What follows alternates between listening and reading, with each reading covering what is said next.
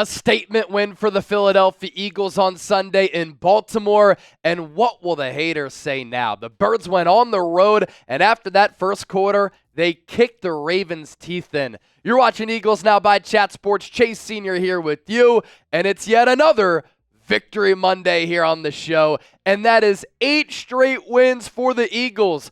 So if you're feeling great about this Eagles winning streak and this 2024 season as a whole, I want you to hit that thumbs up icon, like the video, and with that, let's recap everything here on the show.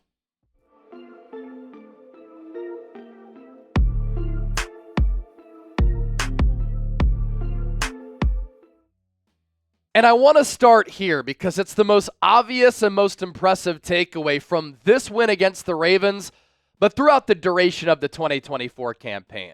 It is incredible what Vic Fangio's defense is doing right now, what they've done all season, especially coming off of the bye week. And we need to remember, for context, how bad the Eagles were on the defensive side of the football last year. Scheme breakdowns, communication breakdowns, awful on third downs, terrible in the red zone. They couldn't tackle. They didn't fly to the football. They didn't play with physicality or confidence. They were horrible. And you look at these numbers here for how the Eagles fared defensively in 2023 and where they are right now. The Eagles last year under Sean Desai and Matt Patricia gave up 360 yards per game, ranked 26th among 32 teams. This year, yards per game is down to 282.8. That is first in the National Football League. Yards per play, last year, 5.5, 25th. This year, 4.8, second in the league. Third down percentage for the opposition, 46.1% of the time, the other team was able to move the chains on the money downs, 30th in the league. This year, it's down to 33.3%, that ranks second.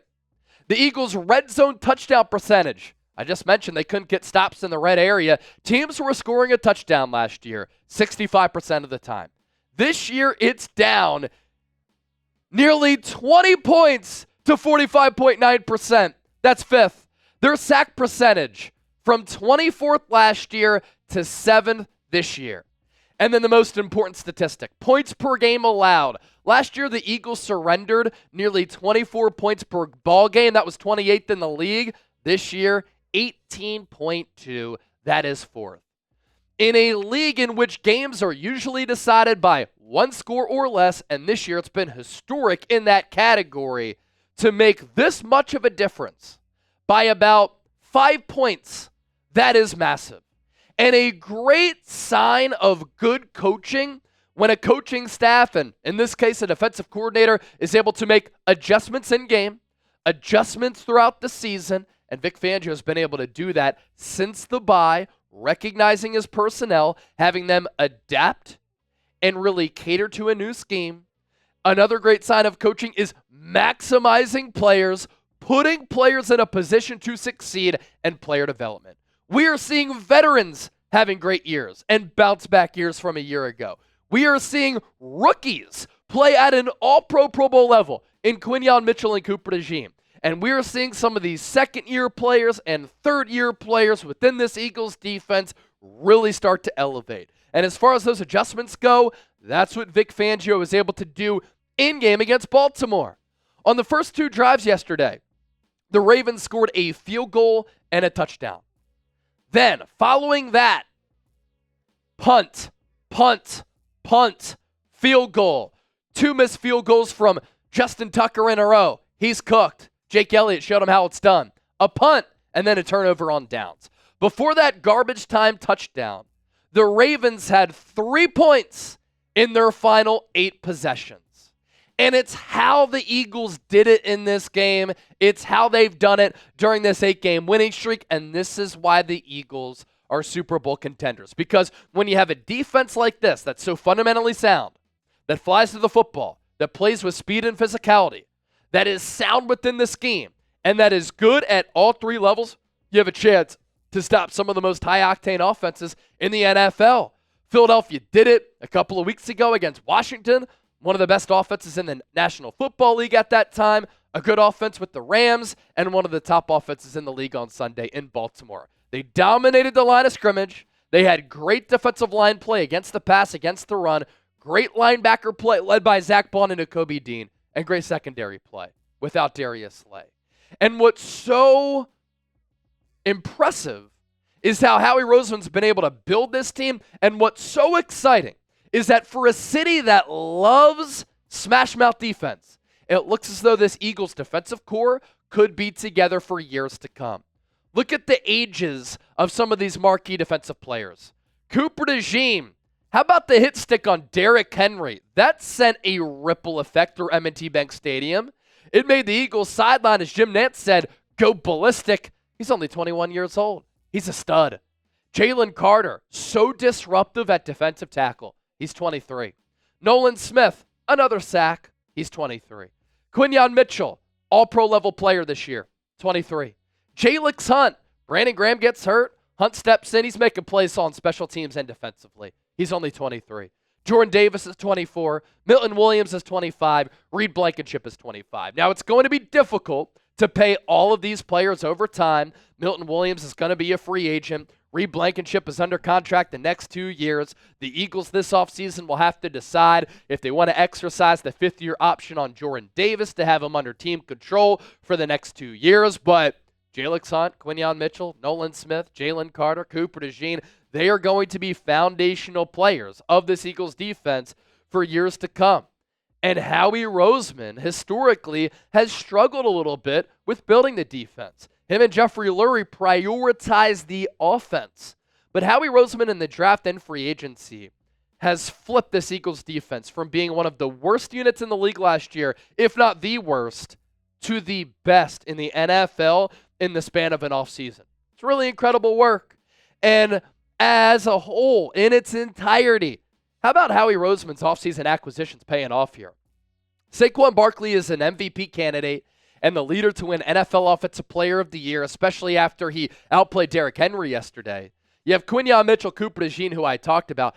Zach Bond is legitimately playing at an all-pro level. He's been one of the best off-ball linebackers in the game. And then the coordinator hires. Vic Fangio gets a lot of credit. Kellen Moore deserves that credit as well. Those key offseason acquisitions paying off for Howie Roseman. He did it in a financially sound way with player identification, coaching identification, and that's a big reason why the Eagles are rolling right now at 10-2, number 2 seed in the NFC, threatening the Lions for home field advantage in the NFC with 5 weeks left to go.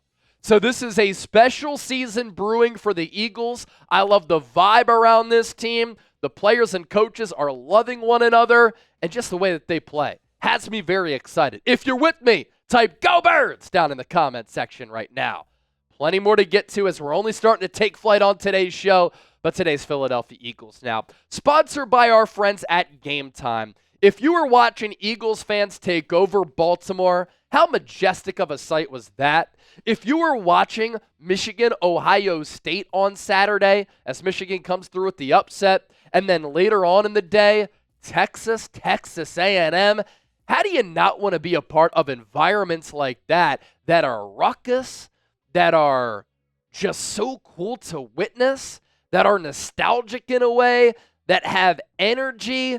Well, if you want to be a part of environments like that and some Eagles takeover specifically on the road or even at home to be a part of the raucous environment at Lincoln Financial Field, you can get some tickets thanks to our friends at GameTime. Use the promo code CHATSPORTS, CHATSPORTS, for $20 off. Terms apply. First purchase only. You see the view from your seat before you buy, so you know exactly what to expect when you arrive. And GameTime has a couple of great features. GameTime Picks curation makes it easier to save more on sports, concerts, comedy shows, theater events, and more. I love the all-in pricing tool. Therefore, you can see your total up front with no surprise fees at checkout.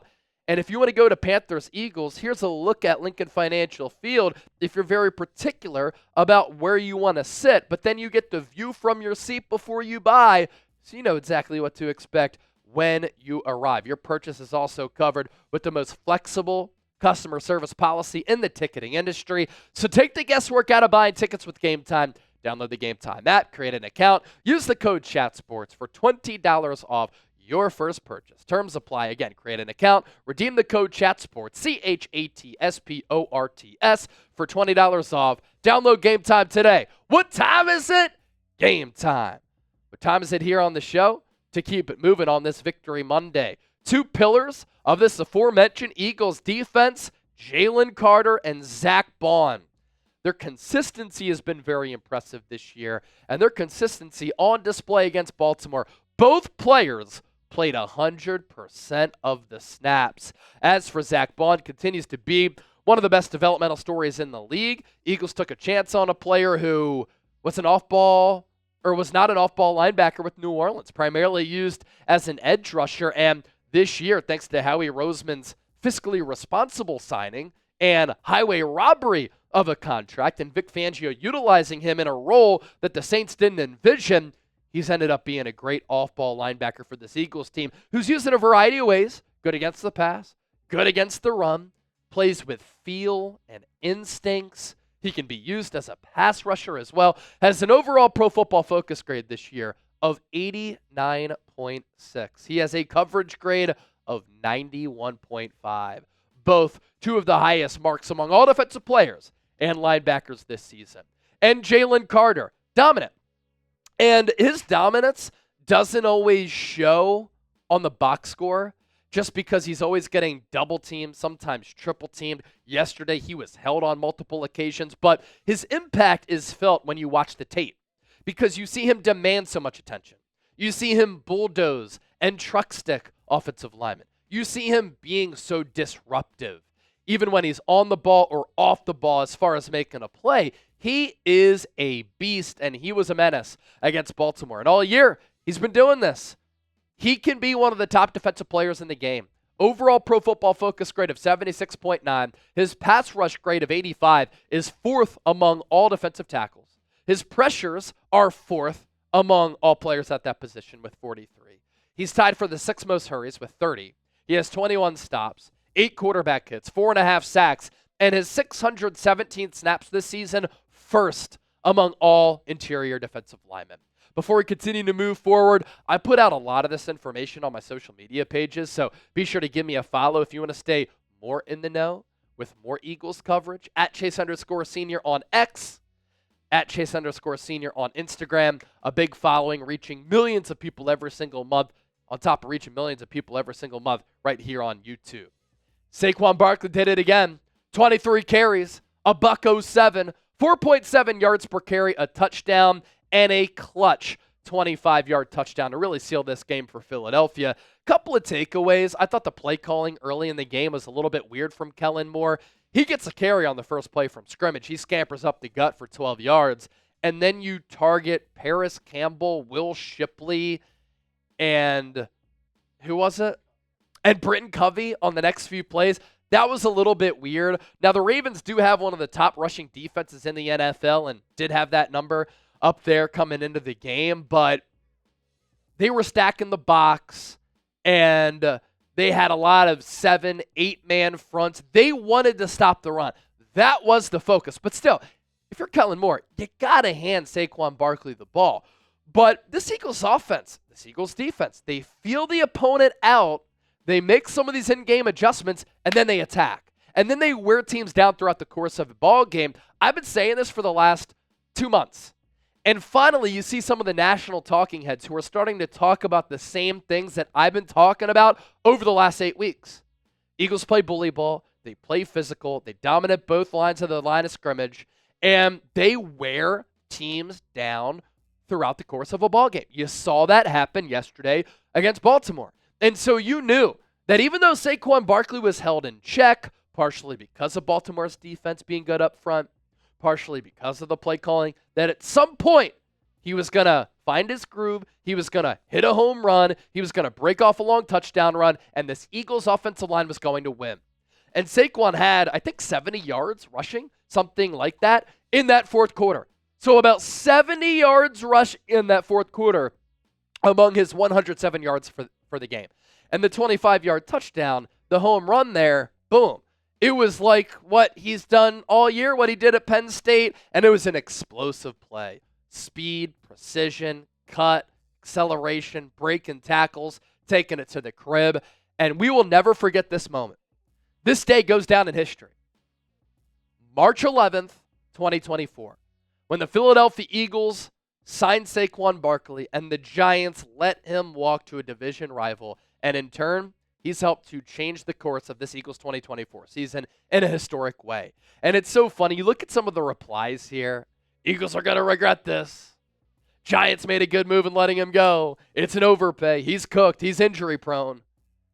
Dude's leading the NFL in rushing yards. He's leading the NFL in all-purpose yards. He's leading the NFL in yards per game from scrimmage. And he already has more rushing yards than he has had in a career season so far this year with Philadelphia. As for Jalen Hurts, what is left for Jalen Hurts to prove? To silence his detractors, silence his haters. In the last 2 years, the Eagles quarterback has beaten Patrick Mahomes, Josh Allen, Joe Burrow, and Lamar Jackson. Those are the top 4 quarterbacks in the league, regardless of order and in no particular order, from about every single NFL analyst out there. Somebody might throw Justin Herbert in there, but in head-to-head matchups, Jalen Hurts has beaten all of them in the last 2 seasons. And it's so funny. There's that argument. There's that debate. Wins are not a quarterback stat. Yet we literally judge quarterbacks and their legacies on wins. Tom Brady and Joe Montana are looked at as the 2 best quarterbacks of all time because of their Super Bowl championships. Donovan McNabb had a great career. He's not going to be a Hall of Famer because he never won a Super Bowl. Eli Manning's career was pretty pedestrian as far as wins, losses, and production, but he's going to be a Hall of Famer because he has 2 Super Bowl championships, and his wins and his play when it mattered against elite competition in big-time pressure cooker spots rose to the occasion. And so Jalen Hurts, all he does is win. And some people will say, well, he has good weapons around him. He has a lot of talent. Some of the best quarterbacks in the NFL. And the best quarterbacks in the NFL, they have good talent around them. You don't win Super Bowls if you don't have a talented team. You don't have pedestrian teams who are winning Super Bowls. Quality quarterbacks and the great quarterbacks of all time. To win games, you need talent. You need good coaching. Well, Chase, the Eagles just run it with Saquon Barkley. If you have an offensive line like this and you have a running back like that, it's malpractice to not lean and tap into your strengths. That's what Jalen Hurts is doing. And yesterday, did he throw it a lot? No. Did he put up crazy yardage through the air? No. But he was once again clean. He was once again smart. He was once again efficient. But Chase, he's done nothing during this winning streak. He's been carried by the defense in Saquon. Jalen Hurts during this Eagles 8-game winning streak. 20 touchdowns and 2 picks in the last 8 games. That's pretty damn good. And if we're going to talk about Josh Allen being the front runner for MVP and Lamar Jackson being in the MVP conversation, who Jalen Hurts just outshined in a head-to-head matchup, let's look at the numbers. Let's take a look at how Jalen Hurts and Josh Allen stack up. Thanks to Andrew Nathan, loyal viewer of this show, for sending this to me. Completion percentage, edge goes to Hurts. Passing yards, edge goes to Josh Allen, but rushing yards, the edge goes to Jalen Hurts. Total touchdowns, both players at 26. How about passer rating? Jalen Hurts has the edge at 101.8 as compared to Josh Allen at 100.3. Jalen Hurts is an MVP candidate. Jalen Hurts is an elite quarterback, and Jalen Hurts has won everywhere that he's gone, and winning is a quarterback stat. Winning is also a head coaching stat. Nick Sirianni is one of the top coaches in the NFL. He deserves credit for the culture that the Eagles have, their roster that they've built, the player development, the coaching, the adjustments, also the physicality and the identity of this football team, and the discipline and the fundamentals that we are seeing. The job of a head coach is to win games. Nick Sirianni is 43-19 as a head coach with Philadelphia. His nearly 70% winning percentage is number 1 among active coaches. It's not just talent on the roster. He's one of the top coaches in the NFL.